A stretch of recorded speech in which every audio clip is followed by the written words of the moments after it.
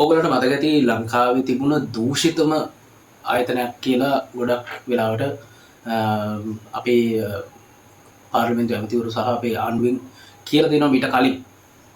ඒ කියන්නේ බලය ලබා ගන්න කලිනුත් කියලා දෙනවා මේ ඊටම දූෂිත තැනක් කියලා මේ විදුලි බල මණ්ඩලය කියන එක.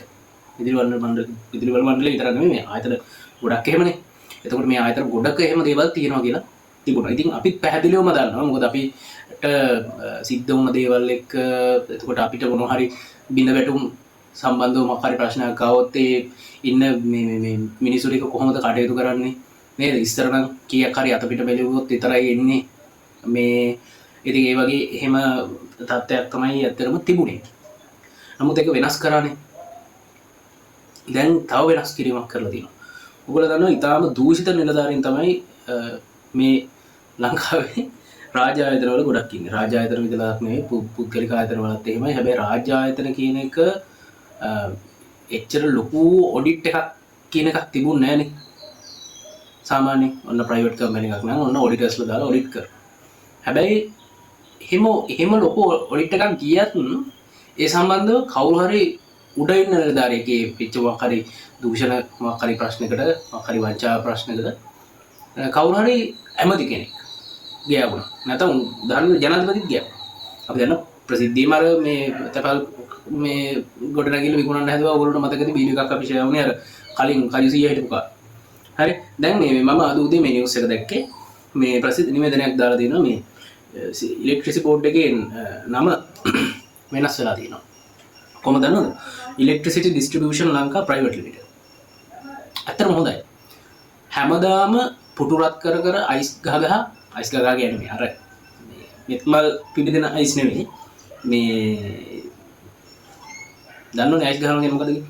එතකොට මේ එහෙම හිටපු නිලධාරීන් මොකක් වේද මේ ප්‍රයිවට් වුණාම? මම හිතනවා මේ ඇත්තටම වැඩේ හරියයි කියලා මට හිතෙනවා මේ වැඩේ. ඇත්තටම මේක කලින් වෙන්න ඕන දෙයක් ඇත්තටම මේ වගේ දෙයක්. මොකද දැන් මේකට මේ ගොඩක් ඔය ප්‍රයිවට් කරනවා කියලා ගොඩක්ම කේස් එකක් ගියා කම්කරුවෙක්. මොකද අපි දන්නවා කම්කරුවෝ හැසිරෙන විදිය කොහොමද කියලා. මේ අම්මගේ තාත්තගේ පුතල් වගේ තමයි ඒගොල්ලෝ පරිහරණය කරේ දේවල්. ඉතින් ඒගොල්ලෝ ඔන්න මේ වෙනකොට මම කියන නිවුස් එක කියන අපගේ ගෞරවනීය පාරිභෝගිකයන් සහ පාර්ශව කරුවන් වෙත කෙරෙන කාරුණික දැනුම් දීම. 2024 අංක 36 දරන විදුලි බල පනත මගින් හඳුන්වා දෙන ලද විදුලි බල ශ්‍රේෂ්ඨ ප්‍රතිසංස්කරණ යටතේ ලංකා විදුලි බල මණ්ඩලය CEB විසින් මෙතෙක් ඉටු කරන ලද විදුලි බෙදා හැරීමේ කාර්යයන්හි වගකීම electricity distribution Lanka private limited කියන්නේ EDL වෙත පවරා ඇත. විදුලි බෙදා හැරීමේ අංශය තුළ කාර්යක්ෂමතාවය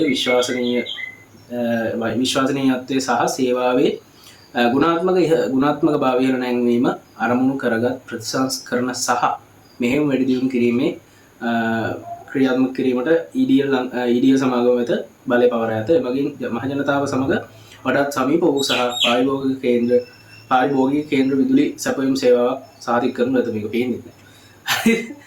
මේ ඇත්තටම හොඳයි. දැන් ඔය කරන් කපන කේස් එක ඒ වගේ දේවල් ඇත්තටම අපිට දන්න ලංකාවේ කිව්වහම පුදුම කරන් කැපිලා.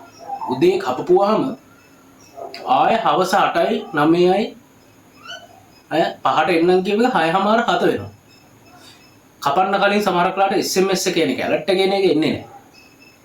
පුදුම අපහසුතාවයකට ආයතන වශයෙන් ගත්තහමත් එහෙම.